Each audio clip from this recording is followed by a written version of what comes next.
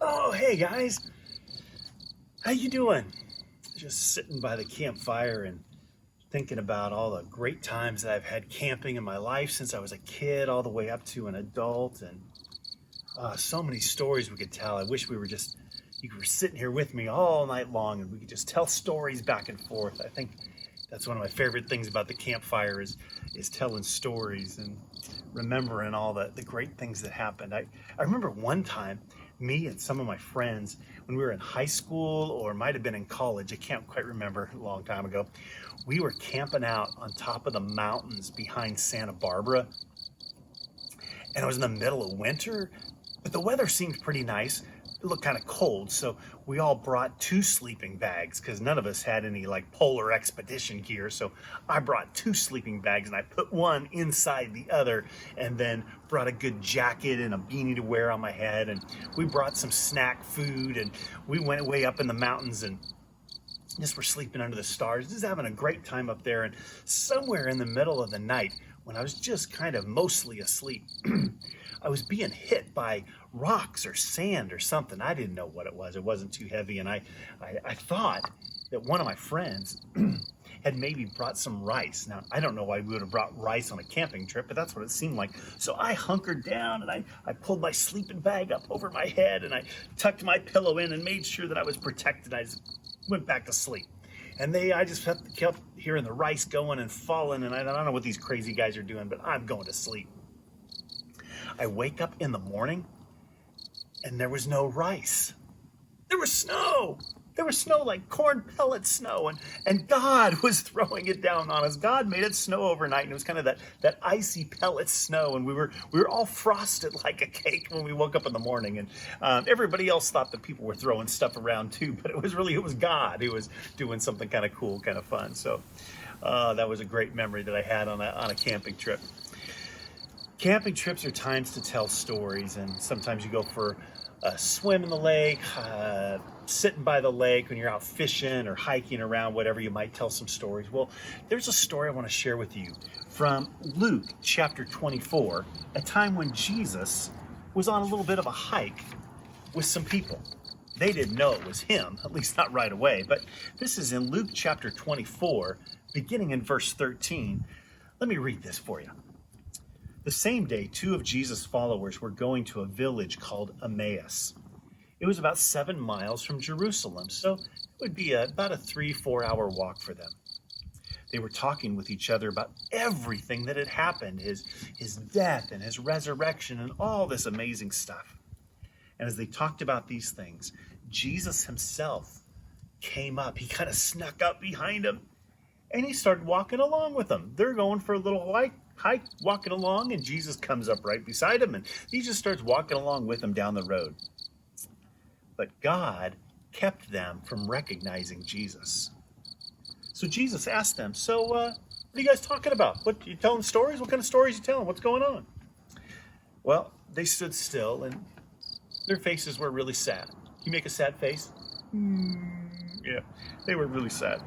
One of them was named Cleopas, and he said to Jesus, "Are you the only person who's visited Jerusalem who doesn't know?" It's like, dude, do you not know what's going on? Don't you know about the things that have happened here the last couple days? And Jesus just says, "What things?" "Well, about Jesus of Nazareth," they replied. "He was a prophet. A prophet is somebody who speaks for God," and that's what they thought that he was. He was powerful in what he said and what he did in the sight of God and all the people. He was amazing. The chief priests and our rulers handed Jesus over to be sentenced to death. They nailed him to a cross. We had hoped that he was going to be the one who was going to set Israel free from Roman rule and oppression. They wanted to have their country back again. Also, it's the 3rd day since all this happened, and some of our women amazed us too. Early this morning, they went to the tomb, and they didn't find his body. So they came out, and they told us what they had seen, and they saw angels who said that Jesus, they said he was alive. Then some of our friends went to the tomb, and they saw it empty, just as the women had said, and they didn't see Jesus' body there. Jesus said to them, "How foolish you are! How long does it take you to believe what the prophets have said? Didn't the Messiah have to suffer these things and then receive his glory?" Jesus explained to them what was said about himself in all the scriptures, the whole Bible from Genesis to Malachi at that point. He explained what all the scriptures said about him. He began with Moses and then all the prophets. So they approached the village where they were going, and Jesus kept walking as if he was going to keep going farther on down the road. And they tried to keep him from leaving, and they said, hey, stay with us. It's nighttime, and we'll build a campfire, and we could just sit around and tell more stories. The day's almost over. And so he went inside and stayed with them. He joined them at their table, and they took bread, and they gave thanks. Remember when we talked about communion a few weeks ago? Well, Jesus took bread, and he gave thanks, and he broke it like we did with communion. We had graham crackers, but he broke the bread and he gave it to them. And their eyes were open. And then they recognized him. Then they're like, "Oh, it's Jesus! It's Jesus!" And boom! Right then, just boom! He disappears. As soon as they recognize him, he's just gone. Whoa! They said to each other, "He explained to us what scriptures meant. Weren't we excited when he talked to us on the road? Oh, he was telling us all the stories, and we thought we understood, but we didn't. And finally we get it. There is Jesus right in front of us." So that's a great story, and it's a story of Jesus telling stories. Here's my dog. How you doing, dog? Dog came out to see what's going on with the campfire. Dog wants to hear a story because everybody loves a story. And so Jesus told them stories, and when hearing the stories, they remembered who he was. They remembered who he is. Got a memory verse for you this week. Let's check this out. Where is it from? Psalm 107:2. Psalm 107:2. Let those who have been set free by the Lord tell their story. Let those who have been set free by the Lord tell their story. Let's say it again. Psalm 107:2.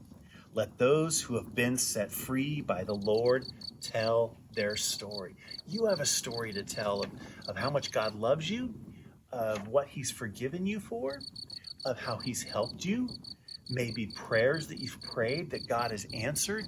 We all have a story to tell, and the longer you live, and the longer you follow Jesus, the more stories you'll have to tell of all the good things that God has done for you. I remember I was going on a mission trip one time, and we had to raise a bunch of money to go on the trip, and it was getting really close, and I still needed $300, and I didn't have that much money, and I didn't know where it was going to come from. And I was going away to a graduation party because I graduated from high school and was there with all my aunts and uncles and relatives and grandparents and everybody else. And at my graduation party, I got cards and I got a few gifts. I got a nice watch from my grandparents and some books and stuff. Most people gave me money. And as I opened the cards and read the cards and saw their generous gifts to me, guess how much they gave me? $300, exactly what I needed. And God provided, just like he said he would. So Psalm 107:2, let those who have been set free by the Lord tell their story. Let those who have been set free by the Lord tell their story. And our biggest thing, got the smoke in my eyes, is being set free from sin. And we tell the story of how much God has forgiven us and how much he loves us. So that's some storytelling. Maybe after this video, you and your family can sit around and you can each tell a story of a camping trip you went on. Maybe you remember something that was great or funny or scary or exciting, or tell some other favorite stories that you have. But most of all, what if you told a story about how God has set you free, about what God has done for you, some prayers that he's answered? Go ahead and tell those stories. We'll see you next time around the campfire.